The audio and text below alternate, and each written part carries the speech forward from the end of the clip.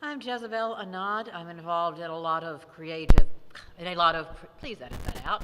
Let me start all over again. This will be the little blooper at the beginning of it. Oh no, no bloopers, please. I really can talk like a grown-up.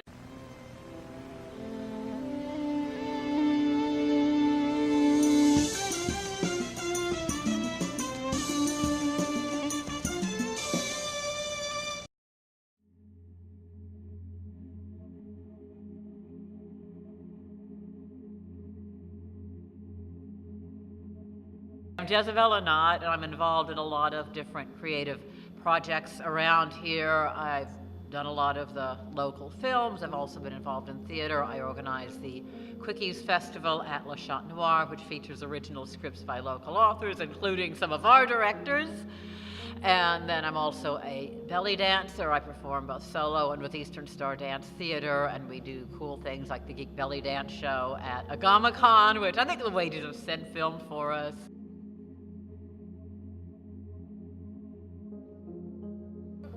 I liked the project. I liked the idea of the Scarecrow character, and I looked up some of the lore. It looked like a cool project. I liked being part of a feature without having to do the work of a feature, and I liked the idea. I really liked what people had done with the Artifactum anthology, and I realized it's a little different in terms of following the story, which would be a different challenge, but also having someone overall to kind of help put it together and do some of the PR so it wasn't just me out there trying to do it.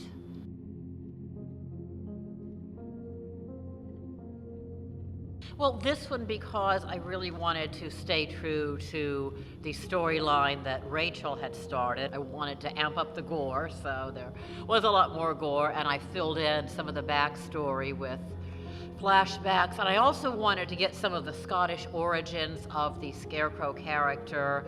And having a husband who can do almost any accent was very helpful, so I had him as the second husband in the Scarecrow suit, occasionally wielding the claymore, and really creating the environment of how he got killed. He's also connected with a divine female crow figure, Ravenna, which was a character that I had thought of when we first started this project. I was like, oh, this would be a good way to work her in, where he basically brings the body of the man who killed him out there and starts feeding the body parts to her, because she likes her raw meat.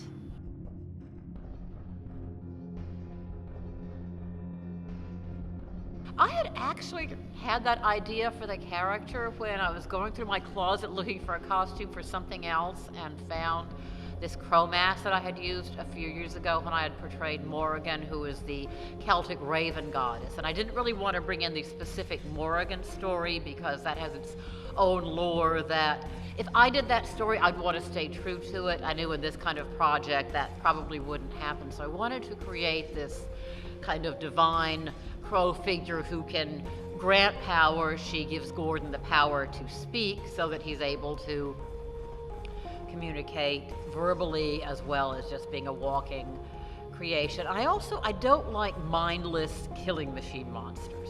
I'm fine with gore and having people kill, but I want the monster figure to speak, to have some personality and some charm.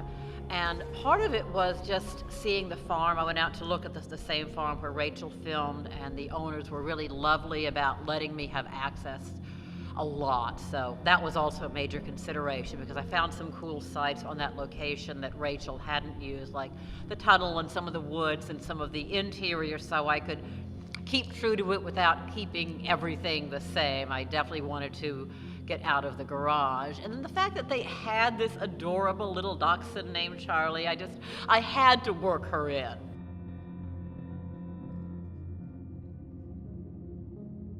I had 3 weeks, yes. And well, I had actually had an idea before. When I thought I could do January, I went ahead and wrote a script, but I had this character of this Scottish nobleman in there, and I decided, okay, that's going to be the second husband. So I brought that aspect in. I had the idea of the Crow character. I had actually done a photo shoot with the costume a while back. So these are some elements that were in place. Having Joe and the Scarecrow, because he can do things like take falls and do stunts, because there's a part where he gets killed and rolls down the hill. And yes, I could have had him knocked down, then show him at the hill.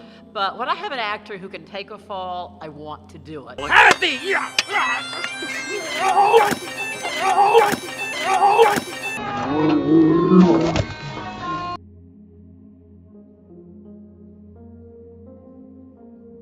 I would say really watch what's in the films before you and really build from there and really try to maintain the continuity with what's happened, because I know the idea is to have a cohesive whole and not just crazy random things, is to make it come together and follow the lore and really build on it. I left them 2 cliffhangers where Eric is in the tunnel and then Susan wakes up and has the Scarecrow in bed with her, and I have ideas. I mean, I wanted to put things in the tunnel, and I wanted to continue both those scenes. Like, no, leave them for the next directors and give them some interesting things to build from.